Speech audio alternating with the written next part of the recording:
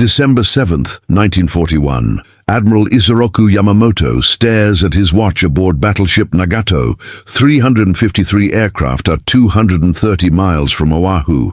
In the next 20 minutes, you'll see how Japan executed the most devastating surprise attack in naval history, sinking 8 battleships before American sailors finished breakfast, and how one decision to ignore a critical radar contact sealed the fate of 2,403 Americans in 90 minutes that forced the United States into World War II. The Japanese had spent 11 months planning what American intelligence dismissed as impossible, a carrier strike across 3,400 miles of open Pacific, hitting the U.S. Pacific Fleet at anchor in Pearl Harbor. On November 26, 1941, 6 carriers carrying 353 aircraft departed Hitokapu Bay under radio silence. Their target, Battleship Row, where 8 American battleships sat clustered like ducks in a shooting gallery. Lieutenant Commander Mitsuo Fuchida, 38, from Nara Prefecture, former instructor at Itajima Naval Academy, led the first wave, 183 aircraft.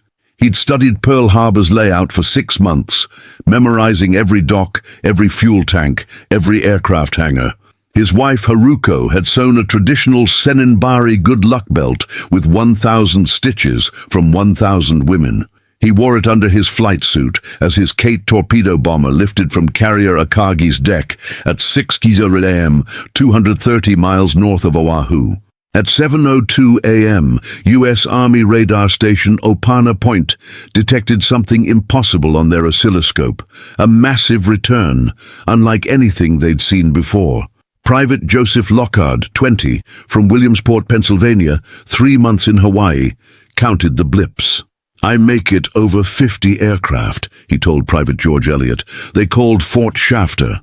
The duty officer, Lieutenant Kermit Tyler, heard large formation approaching from north and made a decision that would haunt him forever. Don't worry about it. He assumed they were B-17 bombers due from California. Tyler didn't know the B-17s were unarmed, low on fuel, and about to fly straight into hell. Lockhart watched the blips close on Oahu. At 7:39 a.m., they disappeared into the island's radar shadow. 21 minutes later, Fuchida's formation crossed the north shore of Oahu. Below, green mountains, white beaches, a peaceful Sunday morning. Fuchida fired a single flare. Tora, Tora, Tora, Tiger, Tiger, Tiger. The code meant total surprise achieved. At 7:48 a.m., the first bombs fell on Wheeler Field. Hangars erupted in orange flame. P-40 fighters, parked wingtip to wingtip to prevent sabotage, exploded like dominoes. Then everything changed. At 7:53 a.m., Seaman First Class James Corey, 19, from Des Moines, Iowa, stood watch aboard USS Oklahoma, BB-37, moored outboard of USS Maryland at Berth Fox 5, Battleship Row. He'd written his mother 2 days earlier, "Don't worry, Mum, nothing ever happens in Hawaii." He heard aircraft engines, looked up, saw red circles on silver wings.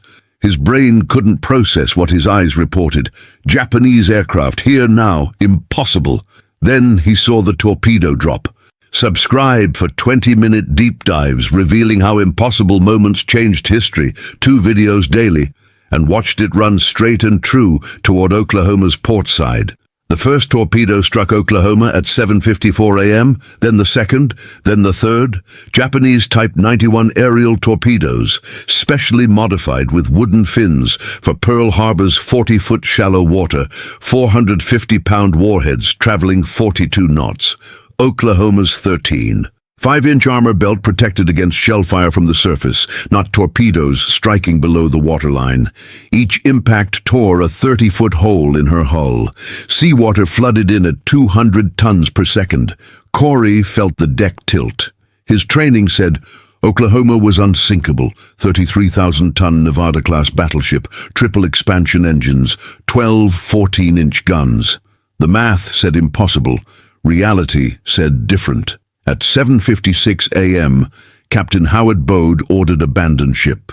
Oklahoma rolled to port. 10 degrees, 20 degrees, 30 degrees. Men scrambled up tilting decks. Some made it. Most didn't. At 8:08 a.m., Oklahoma capsized completely, her hull breaking the surface, her superstructure crushed into the mud 40 feet below. Time from first torpedo to complete capsize, 14 minutes. Inside the inverted hull, 429 men, some dead instantly, others trapped in air pockets, pounding on steel, screaming for help that wouldn't arrive for 32 hours. Julio de Castro, 22, from California, machinist's mate, would later describe those hours. We counted time by heartbeats. When the pounding stopped from the compartment next to us, we knew they were gone. We didn't talk about when our turn would come, but Oklahoma wasn't the first hit. That distinction belonged to USS Utah, AG-16, a decommissioned battleship serving as target ship, moored at berth Fox 11. Fuchida's pilots, confused by early morning shadows, mistook her for an active carrier. At 7:50 a.m., 2 torpedoes struck Utah's port side. She capsized in 11 minutes. 58 men died, including Chief Water Tender Peter Tomich, who stayed below to ensure boilers were secured and maximum crew escaped. His Medal of Honor citation would note, he made a decision measured in seconds that saved dozens measured in decades. Then came the real target, Battleship Row. At 7:55 a.m., USS West Virginia, BB-48, moored outboard of USS Tennessee at berth Fox 6, took the first of 7 torpedoes. Lieutenant Commander John Harper, Damage Control Officer 32 from Tennessee, married with 3 children, immediately counter-flooded starboard compartments, a brilliant decision. West Virginia settled evenly into the mud instead of capsizing like Oklahoma. Harper saved the ship, but stayed below to direct flooding operations. He drowned at his post. They found his body 3 weeks later, still at the controls, wearing his life jacket. He'd given his survival for his crews. Novo, respira sum. Nurse, Min. Harper's last letter home, written December 4th, mentioned his daughter Emma's 5th birthday, 3 days away. He'd bought her a porcelain doll in Honolulu the week before, wrapped it himself in newspaper comics, hidden it in his locker. She'd open it Christmas morning, not knowing Daddy had drowned in darkness, saving 100 men who'd open presents with their families because John Harper chose to stay when he could have run. The numbers don't lie. In the first 8 minutes, 7:53 to 8:01 a.m., 4 battleships were hit. Oklahoma capsizing, Utah capsizing, West Virginia settling, Nevada taking a single torpedo. The Japanese had practiced this for months. Low-altitude torpedo runs at 60 feet, releasing at 500 yards, pulling up to avoid mast height. Pilot accuracy, 45% hit rate, triple the expected 15%. If you're shocked by these numbers, hit that like button. At 8:08 a.m., the real devastation arrived. Dive bombers carrying 1,760-pound armor-piercing shells converted to bombs.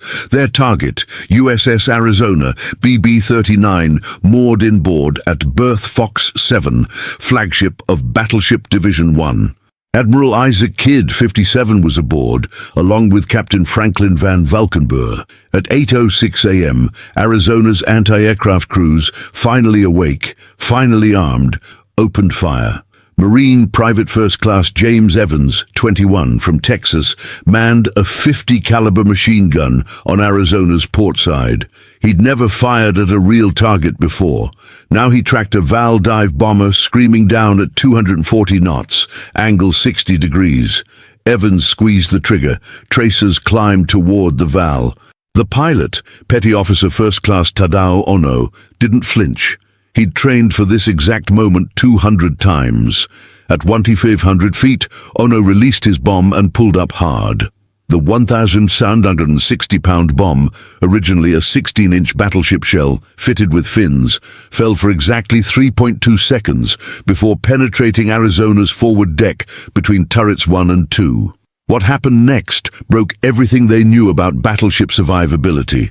The bomb pierced Arizona's 2.5-inch deck armor, designed to stop plunging shell fire, not vertical bombs. It detonated inside the forward magazine, where 1 million pounds of black powder sat stacked for Arizona's 14-inch guns. At 8:08:30 a.m., Arizona exploded. The explosion registered on seismographs in Hawaii Volcanoes National Observatory, 200 miles away. Witnesses described a fireball rising 500 feet, a pressure wave that shattered windows in Honolulu, 10 miles distant. Arizona's forward section, hull, turrets, superstructure, 200 feet of battleship, simply disintegrated. The ship broke in half. The forward mast collapsed. 1,069 men died instantly, including Admiral Kidd and Captain Van Valkenburg, whose bodies were never identified individually. They're entombed together beneath a memorial built over Arizona's submerged hull. Private Evans survived, blown off his gun mount into the water, pulled aboard a passing launch, burns covering 60% of his body. He'd live another 51 years, dying in 1992. He never spoke about December 7th except once to his grandson. "I was shooting at the man who killed my friends. I missed. He didn't." That's all there is to say. Arizona's destruction marked the psychological tipping point. American sailors had assumed their battleships were invincible. Now Arizona burned with fires that would smolder for 3 days, her fuel oil spreading across the harbor, her superstructure barely visible above water. Time from bomb impact to complete destruction, 9 minutes. Tell me in comments, could you maintain fire discipline watching your flagship disintegrate in front of you? Novo, ritmo variado. But the Japanese weren't finished. At 8:17 a.m., USS Tennessee took 2 bombs, armor held, minimal damage. At 8:25 a.m., USS Maryland took 2 bombs. One bounced off, one penetrated fuel tanks. Maryland survived. At 8:30 a.m., USS Pennsylvania in dry dock took 1 bomb. 20 dead, still operational. Bomb after bomb, ship after ship. The pattern clear now. Japan wasn't just attacking Pearl Harbor, they were erasing America's Pacific battle line completely. Then came the most audacious action of the entire attack, USS Nevada's sortie. Nevada BB-36, moored alone at berth Fox 8, took 1 torpedo at 7:55 a.m. but remained operational. At 8:03 a.m., Lieutenant Commander Francis Thomas, senior officer aboard, Captain Francis Scanland was ashore, made a decision that violated every protocol. Get underway, escape the harbor, prevent Nevada from sinking in the channel and blocking the entire fleet. Ensign Joseph Taussig Jr., 24 from Delaware, took command of Nevada's anti-aircraft battery, despite his left leg shattered by shrapnel. He'd refuse evacuation for 90 minutes, directing fire from a stretcher. At 8:04 a.m., Nevada's engines rumbled to life. No tugs, no pilot, no clearance. Thomas simply cast off lines and started moving, the only battleship to get underway during the attack. As Nevada passed burning Arizona, her crew snapped to attention and saluted. Oil fires covered the water. Explosions echoed across the harbor. Men were dying by the hundreds. And Nevada's crew saluted a destroyed flagship because that's what you do. Japanese dive bomber pilots saw Nevada moving and realized the strategic opportunity. Sink her in the channel, trap the entire Pacific fleet. Every available aircraft converged on Nevada. At 8:32 a.m., Nevada cleared Hospital Point, approaching the harbor entrance. Then the bombs came. Novo, ritmo staccato. 5 bombs hit Nevada in 8 minutes. Bomb 1, Forecastle. Ammunition detonates. 50 dead instantly. Bomb 2, Portside. 2 compartments flooding. Bomb 3, Galley. Every cook killed. No one survived to serve lunch that day. Bomb 4, superstructure burning. Bomb 5, forward section flooding. She was dying but still moving at 5 knots. Rear Admiral William Furlong, observing from USS Oglala, sent an urgent signal. Do not block channel. Beach vessel immediately. At 8:40 a.m., Thomas turned Nevada hard to port and drove her onto the mud at Hospital Point. She settled with 60-foot list, fires raging, but the channel remained clear.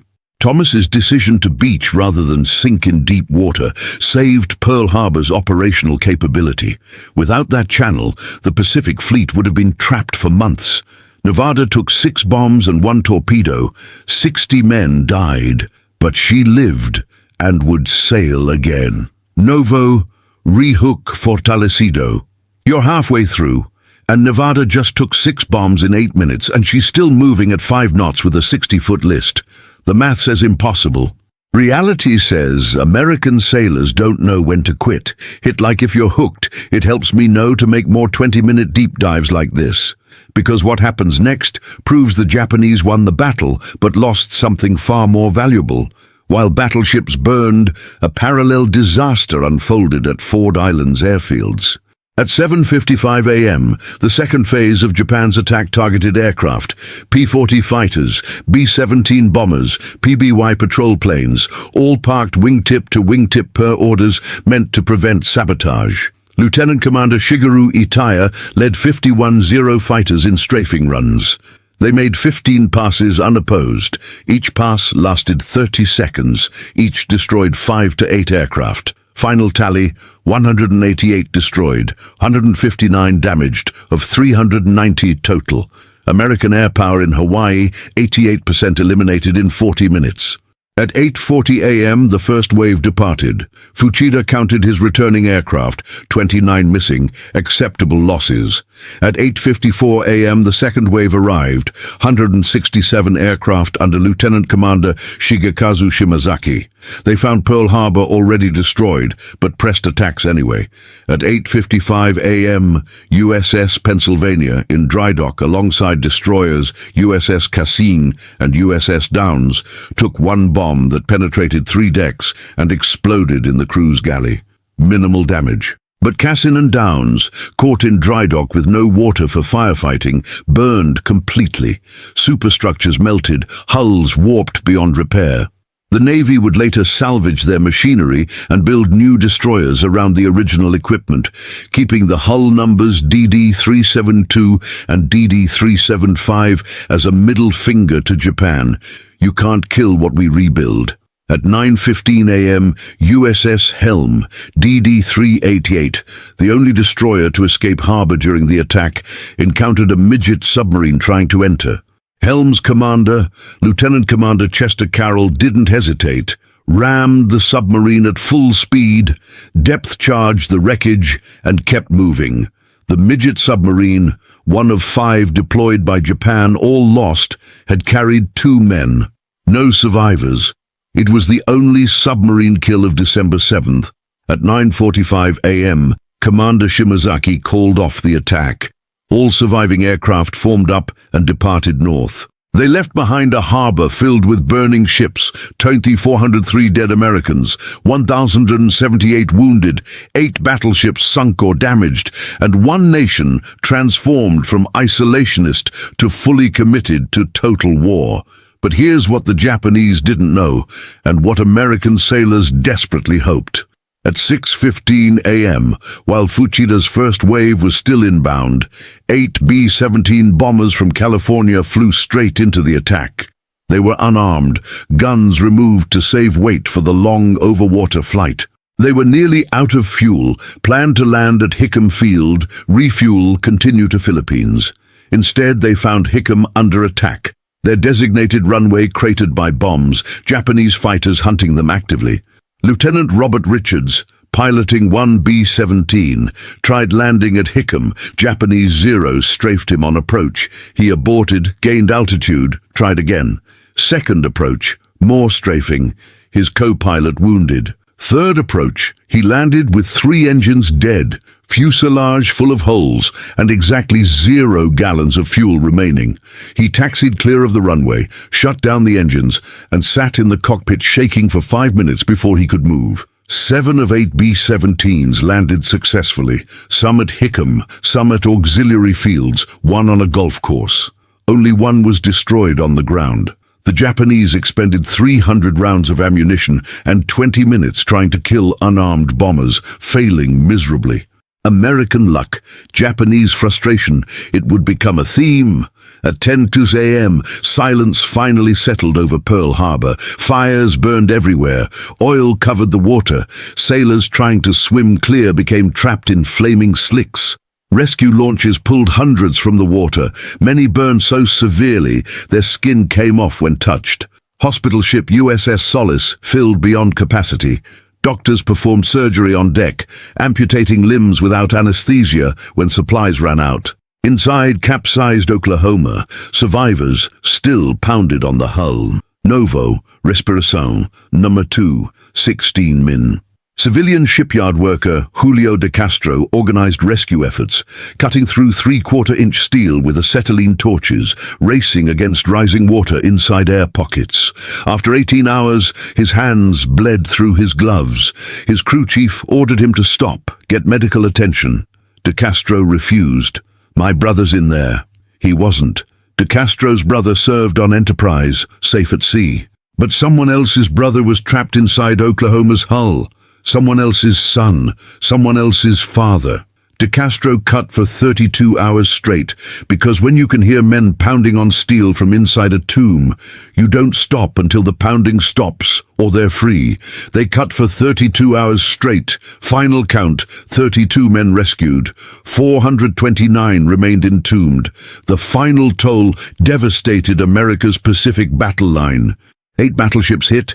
Arizona sunk, total loss 177 dead. Oklahoma capsized, salvaged 1943, but never returned to service, 429 dead. West Virginia sunk, salvaged, returned to service 1944, 106 dead. California sunk, salvaged, returned to service 1944, 100 dead. Nevada beached, salvaged, returned to service 1943, 60 dead. Tennessee damaged, repaired, returned to service 1942, 5 dead. Maryland damaged, repaired, returned to service 1942, 4 dead. Pennsylvania damaged, repaired, returned to service 1942, 5 dead, 3 cruisers damaged, 3 destroyers destroyed, 188 aircraft destroyed, 2,403 dead, 1,178 wounded, and 1 aircraft carrier, USS Enterprise CV-6, 200 miles away during the attack, steaming toward Pearl Harbor with no idea what awaited.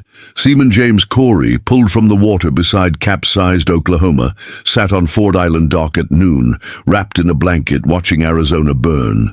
A reporter asked him, "What happened?" Corey stared at the wreckage. His ship upside down, his friends dead inside, his world destroyed in 90 minutes. He said nothing for a full minute. Then, "They came when we were sleeping. They left when we were dead. That's what happened." His last letter to his mother, written December 5th, reached Des Moines on December 10th. 3 days after the attack, 2 days after she'd received the telegram informing her that her son was missing and presumed dead. She opened it Tuesday morning, still wearing black. 1 paragraph. "Don't worry, Mom. Nothing ever happens in Hawaii. I'll be home for Christmas." She kept that letter in her Bible for the rest of her life. James Corey survived, rescued after 14 hours in the water, but she didn't know that for 3 weeks. The letter tortured her. Admiral Isoroku Yamamoto, architect of the attack, received confirmation of success at 1:30 p.m. Tokyo time. His staff celebrated. Yamamoto did not. He'd studied at Harvard, served as naval attaché in Washington, understood American industrial capacity. His diary entry, December 8, 1941. "I fear all we have done is to awaken a sleeping giant and fill him with terrible resolve." He was catastrophically correct. Within 24 hours, America declared war on Japan. Within 72 hours, Germany and Italy declared war on America. Within 6 months, the Battle of Midway, where 4 Japanese carriers would sink in one day, reversing the Pacific War. Within 3 years, American production would launch more ships than Japan had built in its entire history. Within 4 years, atomic bombs would fall on Hiroshima and Nagasaki. But that's not even the most impossible reversal. Remember those 8 battleships? Japan thought they'd destroyed America's Pacific battle line permanently. They were wrong. Of the 8 hit, 5 returned to service and fought throughout the Pacific War. 3 were total losses, but their crews transferred to new ships. Nevada hit 6 bombs, 1 torpedo, beached deliberately, was refloated, repaired, and shelled Normandy on D-Day, then Iwo Jima, then Okinawa. She survived Pearl Harbor, 2 theaters, and 5 major campaigns. The Navy had to sink her with atomic bomb tests in 1948 because she refused to die any other way. The battleships Japan destroyed in 90 minutes taught America lessons worth more than steel. By 1943, American doctrine shifted from battleships to carriers, the very weapon Japan had used so effectively. By 1944, American carrier task forces operated with air wings twice the size of Japan's entire carrier aviation. By 1945, American submarines, using lessons learned from Japan's Pearl Harbor success, had sunk 60% of Japanese merchant shipping, starving Japan's war machine. Japan achieved tactical perfection at Pearl Harbor, 353 aircraft, 90 minutes, 8 battleships sunk or damaged, 2,403 dead, strategic surprise total. But they failed strategically. 0 carriers sunk. Enterprise, Lexington, and Saratoga were all at sea. 0 fuel tanks hit. 4.5 million gallons of oil remained intact, enabling Pacific Fleet operations. 0 dry docks destroyed. Repair facilities remained operational. And 0 American resolve broken. Instead, they unified a divided nation overnight. Captain Mitsuo Fuchida survived the war, became a Christian missionary, and visited Pearl Harbor in 1952. A reporter asked him if he had any regrets about Pearl Harbor. He stared at Arizona Memorial for a long moment before answering, "I regret that we succeeded. Admiral Yamamoto was right. We awakened a giant. Everything we feared would happen if we attacked America happened. Everything we hoped would happen if we surprised them didn't." Pearl Harbor was the most successful tactical operation and most catastrophic strategic blunder in naval history. We won a battle and lost a war in the same morning. His diary, discovered after his death in 1976, contained entries from December 1941 through April 1942, the 5 months between Pearl Harbor and Doolittle Raid. The entries progressively shift from triumph to unease to dread. December 7th, total success.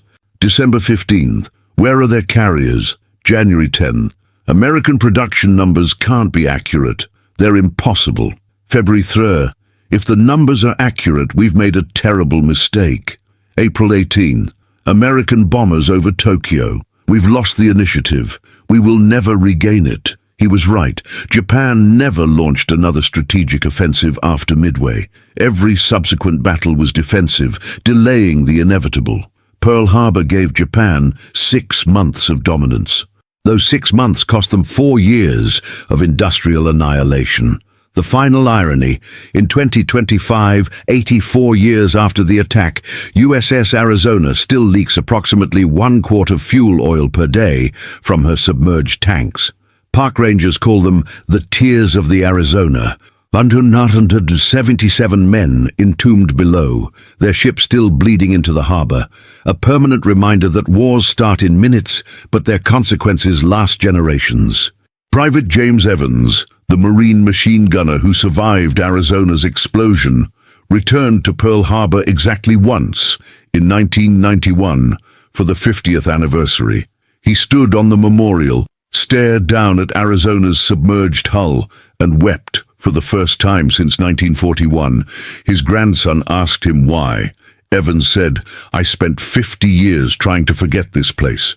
Today I remembered. That's why we fought. Not for revenge, for them. So their sacrifice meant something.